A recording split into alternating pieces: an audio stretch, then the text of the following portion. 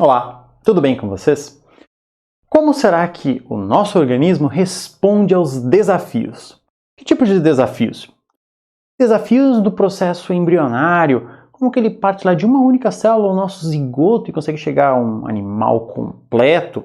Ou desafios, por exemplo, teciduais, porque eu tenho diversos tipos de conjuntos celulares, cada um produzindo proteínas diferentes e atuando dentro de uma condição tecidual tal para a função de um determinado órgão. Ou então desafios diários, porque eventualmente eu estou exposto à alimentação, eventualmente eu estou exposto à luz, eventualmente eu não estou exposto à luz. Eu tenho uma variação de sinais ambientais que acaba gerando uma variação de respostas. Quão plástico é o nosso organismo e como que essa plasticidade ocorre e como ela é regulada biologicamente? Este processo, grosseiramente, está baseado na regulação da transcrição. E para isso nós precisamos entender essas enzimas envolvidas e como eu posso, a partir do DNA, produzir uma fita de RNA. O primeiro detalhe é que isto novamente vai respeitar o nosso processo de sentido 5' 3', assim como as DNA polimerases, e que novamente um nucleotídeo trifosfatado vai ser utilizado, um ribonucleotídeo, e que a energia utilizada ela é justamente a da quebra entre o nosso fosfato alfa e o nosso fosfato beta e gama. Então, percebendo aqui, nós teremos uma fita molde aqui embaixo, que ela é utilizada para a produção do nosso RNA, e um novo nucleotídeo aqui está sendo adicionado no RNA produzido. Percebam que eu tenho aqui a minha posição 5' e eu tenho aqui a minha posição 3', e um novo nucleotídeo está sendo aqui adicionado. Esse pirofosfato vai ser cortado e a energia dele será utilizada para a adição. Então, novamente, nós seguimos a mesma ideia do DNA. A síntese ocorre no sentido 5', 3', e a leitura dessa nossa fita aqui embaixo está ocorrendo no sentido 3', 5'. Vendo aqui de outra maneira, nós temos também a nossa fita molde, aqui a nossa template strand. Nós estamos respeitando o pareamento das nossas bases, então citosina pareando com guanina, guanina pareando com citosina. Quando eu tiver uma adenina, eu vou parear com uma uracila, porque essa molécula que está sendo produzida é uma molécula de RNA. E nós temos novamente ligações fosfodiéster aqui sendo realizadas. Nós agora temos um OH no nosso carbono 2 da ribose e não um H, como na desoxirribose. Nós vamos adicionando aqui na nossa posição 3', um novo nucleotídeo. Não existe uma diferença gritante em relação ao nosso processo de replicação do DNA, salvo pela utilização de ribonucleotídeos e pela troca de timinas por uracilas. A primeira grande diferença em relação ao processo de replicação é que nós estamos, a princípio, utilizando uma das nossas fitas, da dupla fita do DNA, para a cópia. Assim, nós criaremos um conceito de fita codificante e fita molde. Vamos entender um pouco melhor. A fita codificante, que aqui nesse nosso exemplo está na parte de cima, ela é a fita que vai ter a sequência idêntica ao do RNA produzido, mas ela não é utilizada nesse processo de transcrição do RNA. A fita molde que está aqui embaixo, ela tem uma sequência absolutamente complementar ao do RNA produzido e ela é utilizada durante esse processo. Então nós temos aqui a nossa molécula de DNA que foi aberta de alguma forma e nós temos uma região promotora aqui que indica onde deve iniciar o processo de transcrição. Esse nosso RNA nascente, caso ele esteja indo nessa direção aqui indicada, ele usa a fita de baixo como fita molde, então ela é lida do sentido 3' para o sentido 5', e nós conseguimos, pelo antiparalelismo, sintetizar do sentido 5' na direção 3'. Assim sendo, a nossa fita codificante que está aqui em cima, ela não é utilizada no processo, mas a molécula de RNA produzida vai ter exatamente a mesma sequência dessa nossa fita codificante. Para reforçarmos aqui esses nossos conceitos, vamos imaginar que a nossa fita molde seja a verde, ou seja, a nossa fita template, e a nossa fita não molde, a nossa fita codificante, seja a vermelha. Então a nossa fita molde está aqui, se ela tiver uma informação no sentido 3', 5' de CGTAT, nós vamos ter uma complementariedade aqui na nossa fita não molde, ou seja, C pareia com G, então nós teremos GCAT A, sendo complementar à nossa fita molde. Então, assim, produzimos um RNA mensageiro que, utilizando a fita molde, ele tem a sequência idêntica à da fita codificante. Justamente pelo fato de termos essa questão de fita molde e fita codificante, nós podemos ter genes com distintas orientações no genoma. Como eles não são densamente aninhados em genomas eucarióticos e procarióticos em relação aos genomas virais, onde nós podemos eventualmente ter genes inclusive sobrepostos, nós vamos ter situações como essas aqui, onde, por exemplo, um dos genes é transcrito nessa direção e o outro é transcrito na direção contrária. E aí, se nós abrirmos essa nossa dupla fita que está aqui em cima, percebemos que, para esse nosso gene 1, a fita molde é essa aqui de baixo. Já para o gene 2 e para o gene 3, a fita molde é essa aqui de cima, dependendo da orientação e do sentido 3 linhas, 5 linhas, 5 linhas, 3 linhas, que nós temos para cada região. Se nós desenrolamos esse nosso DNA aqui e vamos iniciar esse processo de transcrição do gene 1, que está aqui desse lado, nessa posição, nós teremos a fita molde aqui embaixo, no sentido de desenrolar nesta direção, e a RNA polimerase está produzindo o RNA mensageiro que apresenta a mesma sequência da fita codificante aqui em cima. Caso esse nosso gene de número 2 aqui tenha a síntese no sentido contrário, percebam que eu troco a minha fita. Agora a fita que é a fita molde é essa fita superior. E a sequência do meu RNA mensageiro é igual à da nossa fita não molde, a fita aqui inferior. Comparando grosseiramente, os procariotos terão um processo de transcrição seguido do processo de tradução ocorrendo em um mesmo compartimento. Já para os eucariotos, nós iremos separar esse processo. Ou seja, eu teria aqui exons e introns presentes nesse nosso genoma, nós iremos fazer o processo de transcrição, nós precisaremos adicionar um cap na 5' realizar o splicing, ou seja, a remoção dos nossos introns, e uma poliadenilação, fenômenos esses que nós já vamos compreender de maneira melhor.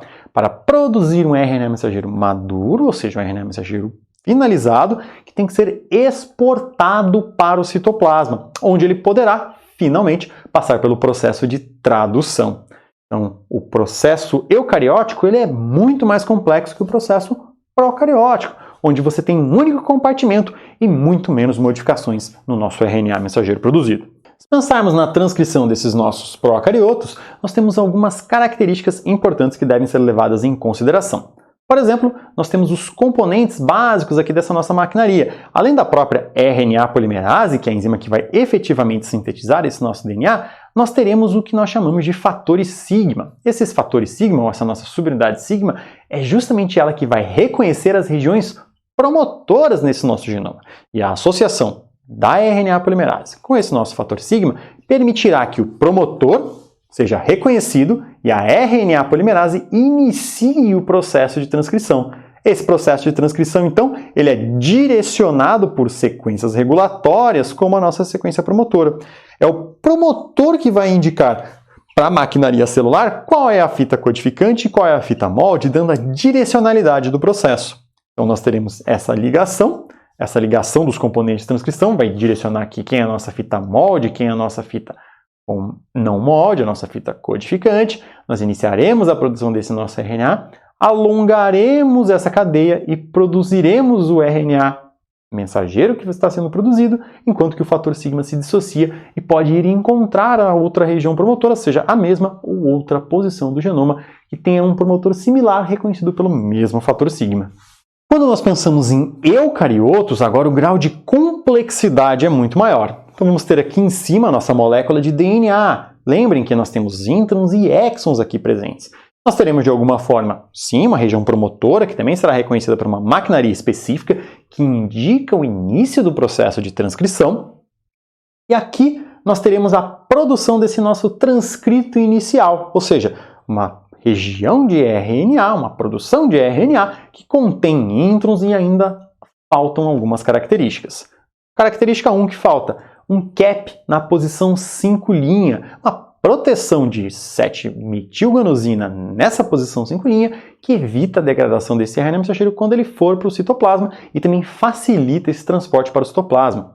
Nós também temos a clivagem na nossa 3' do RNA mensageiro, ou seja, eu preciso cortar o RNA que está sendo produzido e adicionar uma cauda poly-A. Cauda poli-A é justamente um conjunto de adeninas adicionado no final desse nosso RNA mensageiro que será importante lá no nosso citoplasma durante o processo de tradução dos eucariotos. Por fim, nós precisamos remover também os nossos introns que estão ali presentes, ou seja, essas regiões identificadas em azul aqui, que não devem compor o RNA mensageiro final, para, portanto, produzir um RNA mensageiro maduro. O que nós devemos prestar bastante atenção e compreender é que esses processos não são sequenciais e isolados, eles são processos cotranscricionais, ou seja, enquanto a RNA polimerase está fazendo o processo de transcrição do RNA, todos esses processos ocorrem simultaneamente de maneira encadeada. Se nós olharmos aqui, então, a anatomia desse nosso gene eucariótico, nós temos uma região 5' amontante, ou upstream, dado que a gente está puxando esse termo lá da geografia. Nós temos nessa região amontante, nós teremos enhancers, ou seja, ativadores, regiões que vão aumentar a expressão de determinados genes. E nós vamos ter, na nossa região promotora, regiões regulatórias extremamente importantes, como o CCA-ATT box e o TATA box, que são regiões imprescindíveis para a ligação da maquinaria de replicação, de transcrição do RNA. Aqui nós teremos a unidade transcricional em si, ou seja, o nosso RNA que será produzido, vai ter uma porção não codificante inicial, uma porção não codificante final e regiões intrônicas a serem removidas. A região final, onde será adicionada a cauda poli-A, e a downstream, ou a jusante dessa nossa região, nós poderemos ter outros elementos também regulatórios. A ideia do jusante e a montante, como eu comentei, ela está relacionada aqui com rios. Então, a montante é que eu estou para cima, eu estou antes, estou na minha montanha. E a jusante eu estou para baixo, onde o nosso rio deságua. É mais ou menos a mesma ideia com a nossa molécula de DNA e os elementos regulatórios aqui. Elementos esses que vão recrutar proteínas e recrutar outros tipos de elementos que aumentam ou reduzem a quantidade de transcrição que ocorre naquele local. Esses elementos, eles regulam a própria molécula. Então, por exemplo, esse enhancer, ele está atuando sobre essa própria molécula de DNA. Assim, é uma região regulatória designada de cis, ou seja, ela regula a própria molécula. Caso eu tenha uma região regulatória que regule outra molécula, como veremos alguns exemplos mais adiante, eu tenho uma região regulatória em trans. Vamos então testar aqui alguns conhecimentos. Vamos supor que nós tenhamos aqui 3 genes. Como eu sei a direção e, especificamente, qual será a fita molde e qual será a nossa fita codificante? Primeiro, eu preciso indicar onde estão as regiões promotoras desses nossos genes. Vamos imaginar que a região promotora do gene 1 esteja aqui, indo nessa direção, a região promotora do gene 2 esteja aqui e a região promotora do gene 3 esteja aqui nessa direção. Assim sendo, quais serão as fitas utilizadas como fita molde para cada um dos genes acima representados? Nós iremos perceber que o gene 1 vai utilizar aqui a nossa fita de baixo e os genes 2 e 3 utilizarão a fita de cima como fita molde. Por quê? Vamos prestar um pouco de atenção. Quando eu desnaturo aqui essa nossa fita de DNA para iniciar o nosso processo de transcrição, percebam, esse nosso gene 3, por exemplo, respeitando o antiparalelismo do 5', 3', ele vai ler a fita no sentido 3', 5' para poder realizar a promoção nessa direção. Logo, a fita de cima é a nossa fita molde. Para o gene 2 que está na mesma direção, a fita de cima também será a fita molde. Já aqui embaixo, para eu respeitar o antiparalelismo, a minha leitura no sentido 3', 5' para ter a síntese no sentido 5', 3', dado que a região promotora está apontando para este lado, exige que a fita de baixo seja a nossa fita molde. Mas como será que a RNA polimerase ela não se perde no meio de um processo tão complexo? Eu tenho que encontrar esse meu gene no meio do meu DNA, eu tenho que iniciar esse processo de transcrição, ou seja, eu tenho diversos passos a serem realizados. E mais, como que ela encontra e interage com sequências regulatórias diversas? Qual é a sinalização? Como que esse processo ocorre? Vou fazer uma analogia para ver se facilita a compreensão. Já imaginaram como que um avião pousa à noite? Vamos dar uma olhadinha. Nesse processo aqui, então, o avião está se aproximando da pista. Por enquanto, nós conseguimos ver ela lá distante, ela vai ficando cada vez maior, até que passamos pela cabeceira, o avião toca na pista e começa a fazer curvas ali durante o procedimento de táxi, até que ele consiga chegar na posição onde está o finger, em que ele irá realizar o embarque, o desembarque e o embarque dos passageiros. Este procedimento, então, ele é muito parecido com o funcionamento da nossa RNA polimerase. Vamos dar uma olhada? Imaginem que o avião nada mais é do que a RNA polimerase vagando por uma região que foi indicada por enhancers. Então, nós temos proteínas que recrutaram a RNA polimerase para uma determinada posição do nosso genoma. Este recrutar coloca ela num sistema, num processo de vigilância que está procurando o nosso gene. No caso, a pista do nosso aeroporto. Se nós continuarmos nessa busca, eventualmente a RNA polimerase ela vai encontrar os elementos regulatórios proximais do nosso promotor, como Tata Box, CAT Box e assim por diante. Ao encontrar esses elementos, ela vai encostar nessa nossa pista e iniciar a transcrição, onde começa o pouso e começa a adição. Por fim, teremos o splicing alternativo acontecendo, que é representado aqui pelo táxi do aeroporto e cada uma das curvas que esse nosso avião está fazendo. Ou seja, nós estamos fazendo desvios na nossa molécula de RNA mensageiro final sendo produzida. No momento que ele vai encostar no finger ali, o rapaz que está balançando a nossa sinalização, ele é como se fosse o nosso fator de clivagem, ou seja, ele indica aqui termina o nosso RNA mensageiro e, portanto, deve ser adicionada a nossa cauda poli-A. É mais ou menos essa ideia. Vamos tentar agora compreender e entender esse processo de maneira um pouquinho mais detalhada? O complexo de pré-iniciação da transcrição em eucariotos, ele depende de regiões conservadas nesses promotores. Ou seja, nós teremos aqui uma região Tata Box, um pouco antes do ponto de início da transcrição, uma sequência rica em GC, a nossa sequência CAT, outra sequência rica em GC, uma sequência rica em outros octâmeros. Ou seja, a maior parte dos genes, por mais que eles variem em níveis de expressão, eles têm um conjunto de regiões regulatórias tais que são similares. E é justamente essa variação dessas regiões regulatórias que vai aumentar ou reduzir a expressão dos genes daquela região. Para que genes sejam expressos em momentos distintos, nós, justamente, iremos precisar da utilização de diferentes promotores. Assim, genes podem ser expressos em momentos diferentes por terem promotores muito distintos, ou diferentes genes podem ser expressos ao mesmo tempo por terem promotores muito similares. Vamos olhar então para essa pré-iniciação da transcrição em eucariotos. Eu tenho aqui, por exemplo, a minha região promotora, eu tenho aqui o meu Tata Box, que é o último elemento proximal de ligação. Este Tata Box aqui ele vai recrutar a maquinaria de transcrição do RNA, indicando, por exemplo, a ligação das proteínas TBP, Tata Binding Protein, e de T2FD, que é o primeiro fator de transcrição que vai iniciar ali esse processo de tanto abertura da fita como de transcrição propriamente dita. Esses fatores recrutarão outros fatores, como por exemplo T2FH, que tem uma função de helicase, e outros elementos aqui que vão iniciar a abertura dessa fita e o processo de transcrição propriamente dito.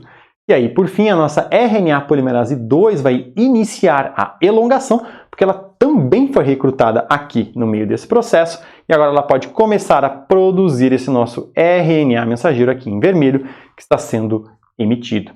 Existem algumas regiões genômicas que são acessórias, podem ser intensificadoras ou silenciadoras da expressão e que podem estar a uma longa distância do ponto onde se inicia o processo de transcrição.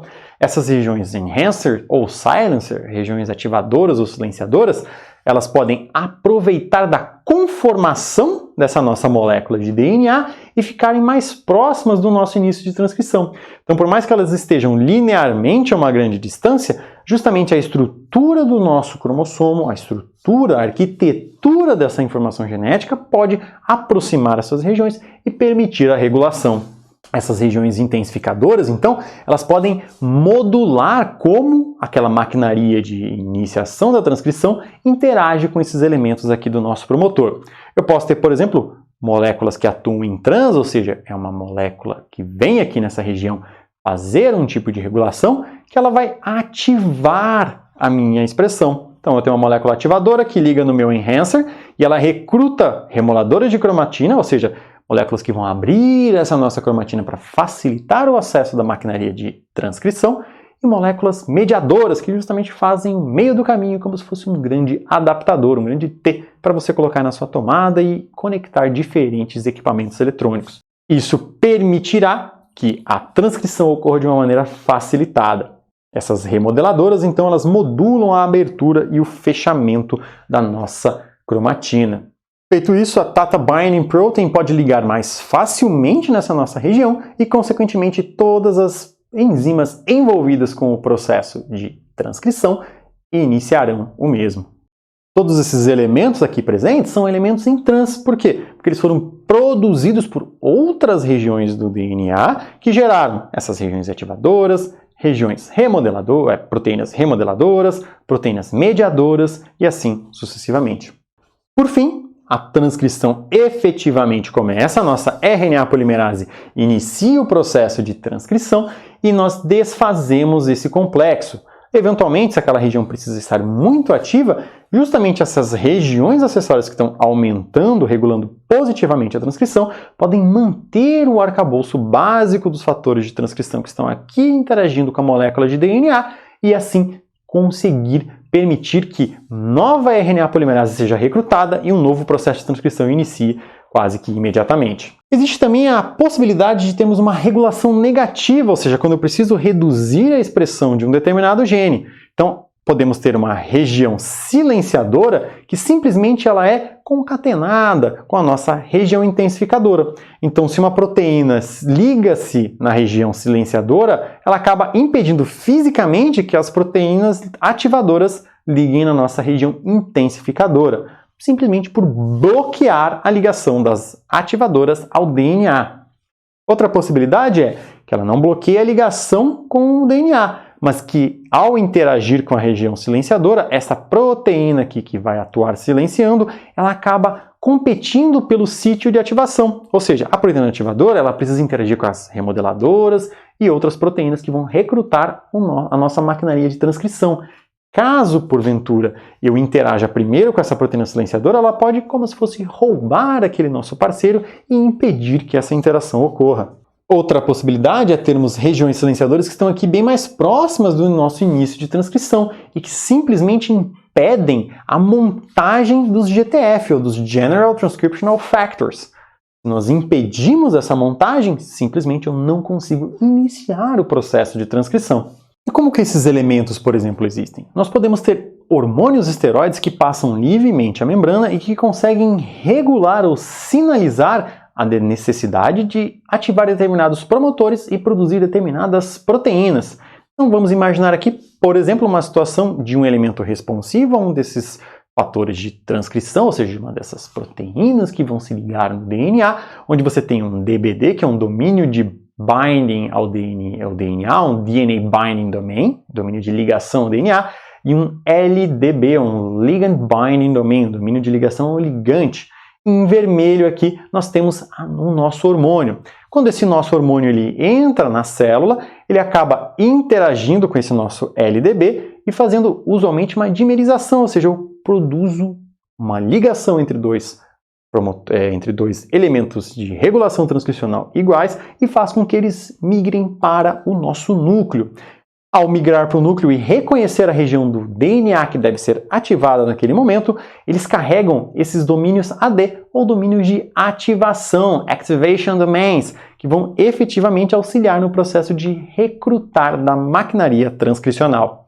Com a nossa transcrição devidamente iniciada, nós podemos finalmente realizar os múltiplos passos que são cotranscricionais, ou seja, que ocorrem simultaneamente ao processo de transcrição do RNA. Eles são recrutados, ou seja, a maquinaria que realiza esses passos são recrutadas pelo C-terminal da nossa RNA polimerase, o C-terminal domain, ou CTD.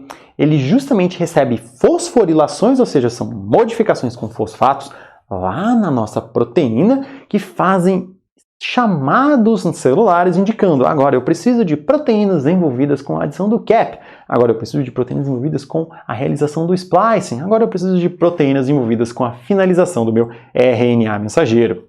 O CAP e a adição do poli-A estão envolvidos principalmente com a proteção do RNA mensageiro no citoplasma, mas também com o processo de tradução. E o splicing ele está particularmente envolvido com a seleção de sequências do RNA mensageiro maduro, que permite uma diversidade de proteínas, como nós já vimos, e também a presença de elementos regulatórios que podem alterar como esse RNA mensageiro ele é traduzido, ou se ele é ou não mantido permanente no nosso citoplasma.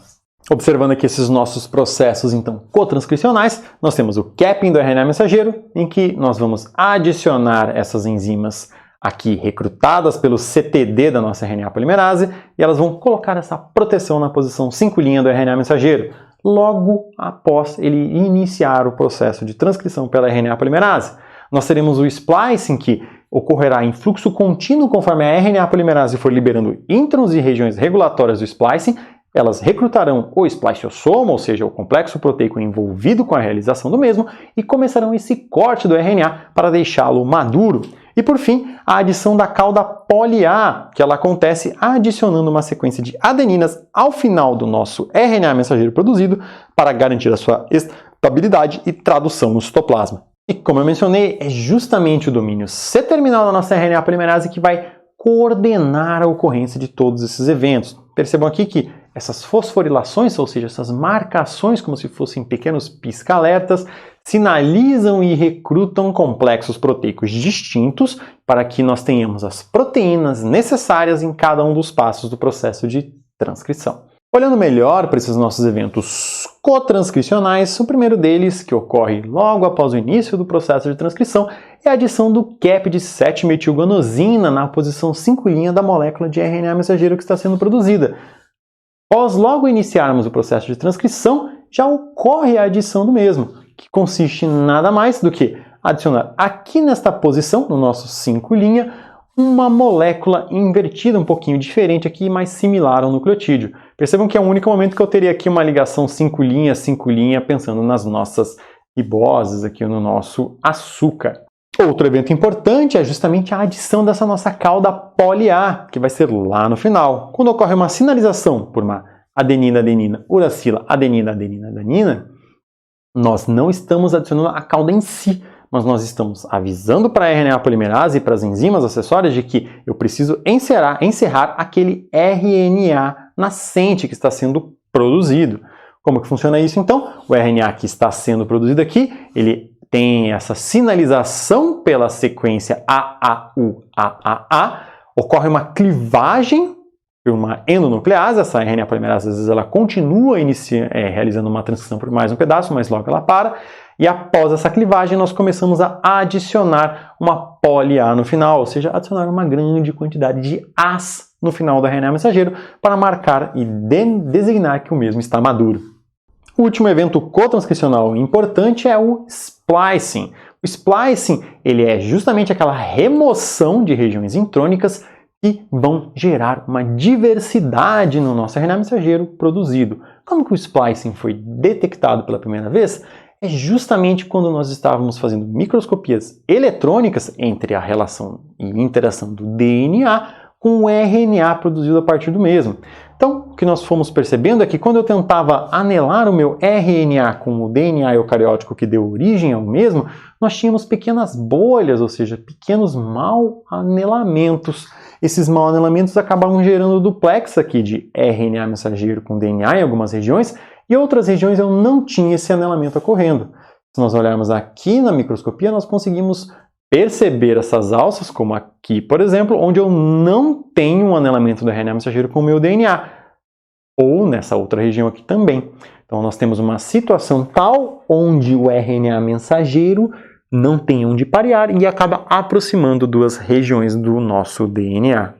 Então pensando em um gene eucariótico, como aqui o caso da ovalbumina, onde nós temos essas regiões em azul mais claro que identificadas como exons, nós teremos o quê? Um processo de transcrição, de capping na 5', de adição poly-A no final desse nosso RNA mensageiro, que seria o nosso transcrito primário, um processo de splicing alternativo, de clivagem, de poliadeninização, que não são processos subsequentes, eles não ocorrem depois de toda a transcrição, eles são processos cotranscricionais, até que após remover toda essa nossa região, eu produzo um RNA mensageiro muito menor do que aqui em cima, a região de DNA que deu origem ao mesmo, porque eu acabei filtrando e removendo todas as moléculas e trechos de RNA que não são necessários nele maduro. E como se dá, de maneira mais específica, esse processo de splicing alternativo? A primeira coisa que nós temos são regiões regulatórias aqui. Nós temos um exon aqui em vermelho e outro exon aqui também identificado em vermelho. E essa região em amarelo é justamente o nosso intron. Este nosso intron, como nós podemos perceber, ele usualmente vai começar com um GU e usualmente vai terminar com AG. Isso já é uma sinalização para a maquinaria de splicing de onde nós devemos realizar os cortes. No meio nós teremos uma região conservada aqui também com CU, AOG, A e COU, que seria o nosso branch point, onde o splicing ocorrerá propriamente dito. Então nós temos aqui esses nossos dois exons e o nosso local de ramificação, o nosso branch point.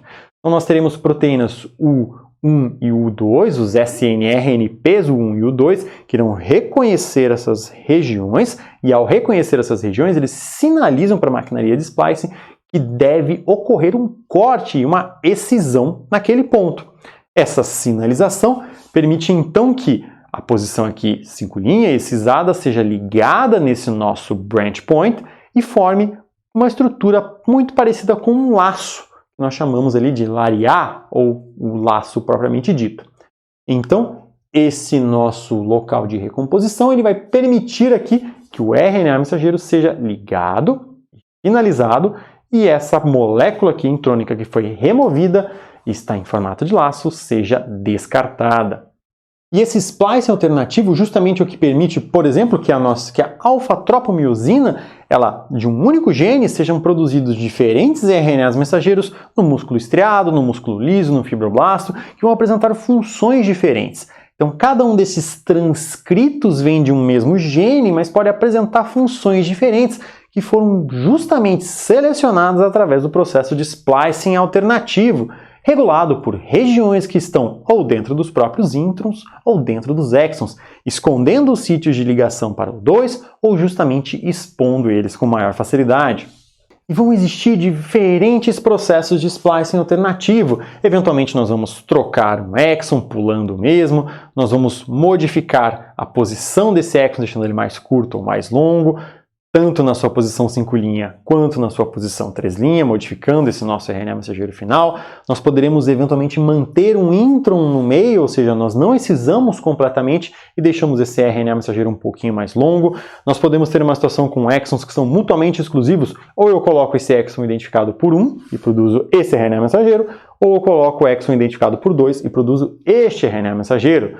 Nós podemos também ter o uso de promotores alternativos e a troca do primeiro exon, que não é exatamente um processo de splicing alternativo, mas eu modifico onde a minha maquinaria de transcrição liga no DNA e, consequentemente, eu produzo um RNA diferente a partir do mesmo gene, mas sem necessariamente utilizar a maquinaria de splicing. E por fim, nós também podemos fazer a mesma coisa no final, ou seja, trocando esse exon terminal ou utilizando outra posição para a adição do poli A. Então nós vemos ali diversos mecanismos de splicing que podem coexistir, ou seja, qualquer um desses mecanismos que estão aqui representados pode ocorrer exatamente no mesmo gene e gerar uma diversidade ainda maior de proteínas. E é justamente esse mecanismo de splicing que auxilia no processo, por exemplo, de distinção tecidual nos diversos organismos. Além, obviamente, de escolha de genes a serem expressos, essa variação de splice alternativo permite uma grande modificação das proteínas e habilidades teciduais necessárias. E isso também pode ser hereditário, ou seja, o splicing alternativo pode alterar em função de proteínas regulatórias em trans daquela região, que são modificadas e nós podemos utilizar isso em um procedimento de seleção de animais. Então, por exemplo, se nós compararmos a variação com esse gráfico de componentes principais, um gráfico PC, ele mostra grosseiramente o quanto varia esse nosso splicing alternativo nessa posição. Percebam aqui que o gado da raça Angus de Holstein Friesian no músculo apresenta uma grande diferença. Os Angus estão aglomerados aqui e os Holstein Friesian estão aglomerados aqui nessa posição. Ou seja, o splicing alternativo varia de tal forma que isso pode ser parte da justificativa de Holstein Friesian, o gado holandês ser melhor para leite, não ter uma carne, um músculo tão adequado, quanto o Angus. Se nós olharmos aqui para as glândulas mamárias, nós temos também uma maior variação que pode justificar justamente a habilidade de Holstein Friesian para a produção de leite.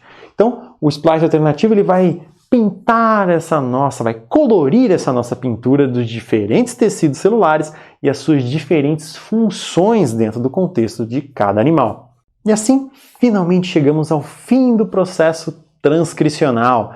Devemos salientar que de um mesmo gene eu posso ter vários transcritos saindo ao mesmo tempo. Eu posso produzir vários RNAs mensageiros simultaneamente, se por acaso eu preciso de uma grande transcrição e, consequentemente, uma grande produção da proteína a partir daquele gene.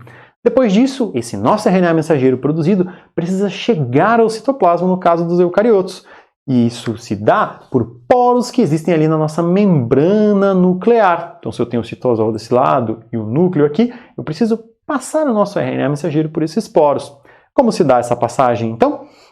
Nós temos aqui justamente a produção desse nosso RNA mensageiro no processo de transcrição, até que eu tenho o RNA mensageiro maduro, pronto para exportação. O mesmo interage com o nosso complexo de poro nuclear, ele vai ser transportado para o citoplasma, ou seja, proteínas acessórias ali vão empurrar esse RNA mensageiro que está completo, que apresenta a cap na 5' que apresenta a cauda poliar, para que ele possa exercer a sua função lá no citoplasma. E nem só de produção de proteína vive o RNA. Nós teríamos diversos tipos de RNA, sejam RNAs de transferência, RNAs inativadores do X, RNAs 18 ou 20, ou 16 ou 18, 23 ou 28S, que estão envolvidos com os nossos ribossomos, RNAs pequenos nucleolares, RNAs transportadores, microRNAs, RNAs de silenciamento ou de interferência e essa variedade, pluralidade de RNAs presentes que têm funções distintas dentro das células